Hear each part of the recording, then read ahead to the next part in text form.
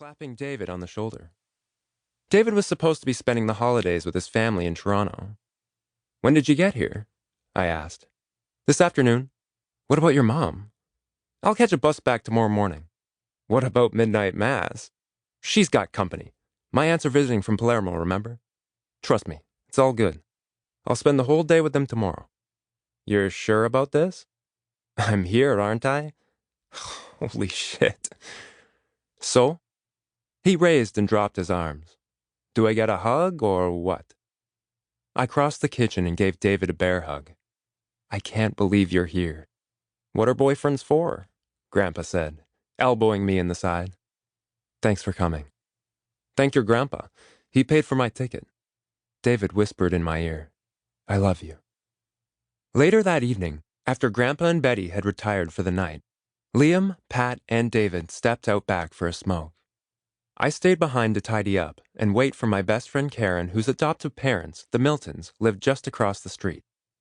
Near midnight, wearing a fuzzy toque with a skull and crossbones pattern and ginormous pom-pom, she let herself in the front door, stamping the snow off her boots. "Where's Anne?" Karen tossed her ski jacket onto Grandpa's deer antler coat rack. "She went out back." "They're smoking up." "Why do you think she went out back?" "Okay." It was time I stopped thinking of Karen's sister as a little kid. Anne was 19. "Okay, you want a drink?" "No thanks." Native artwork decorated Karen's t-shirt. Abstract Picasso-like figures. She brushed tinsel and playing cards off the living room couch and plopped down next to me, pulling a dented flask out of her snow pants. "You want a drink?" "Sure." I took a swig. "Fireball," Karen said. I coughed, nearly choking, and took a second swig before handing it back. "That's a cool shirt." "Thanks. My aunt's friend Daphne did this." The back door banged open, and the others trooped into the living room. Jackson thrashed his bushy tail, licking Karen's face, and clambered up next to her. "Hey, Anne," I said. Anne waved. "Hey." When she was little, she'd started wearing her hair short and looked just like a boy. Now, her hair was still buzzed short, but she wore expertly applied mascara, and her nails were painted emerald and electric blue. The last 4 months at the Ontario College of Art and Design had changed her. "Okay, let's see 'em," Karen said. Anne perched cross-legged on the patched arm of the couch. David slid down to the rug at Karen's feet. Liam, Pat, and I exchanged glances. Taking off my flannel shirt, I rolled up the sleeve of my tee and carefully peeled away the square bandage on my arm. "Whoa," Karen sat up. "Definitely." "You like?" "It's beautiful," Anne said. "It's big," Karen said. "It had to be," Pat said, "to get all the details in." David whistled. "Nice work." "Swelling's gone down," Liam said.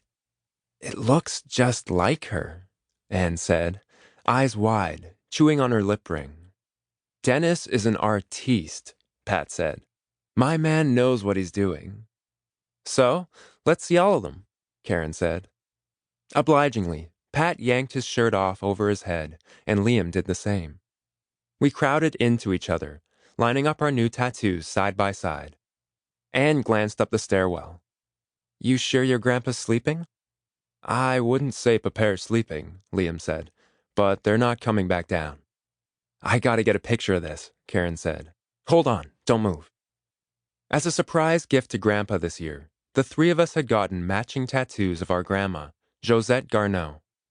It hadn't taken long to agree on the image we'd use, a photo of her taken just after they'd gotten married.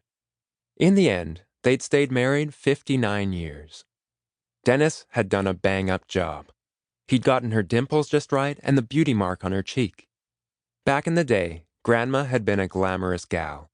She always had the look of a Hollywood starlet. Karen had her phone out and was lining up a group shot. "These are awesome, guys." "Merry Christmas," Pat said over his shoulder. "It's midnight. It's Christmas." "What about Betty?" Anne asked. "What will she think of this?" "This," Liam said, "was Betty's idea." The flash went off. "Oh, sweet Mother Earth," Karen said, studying the image on her phone.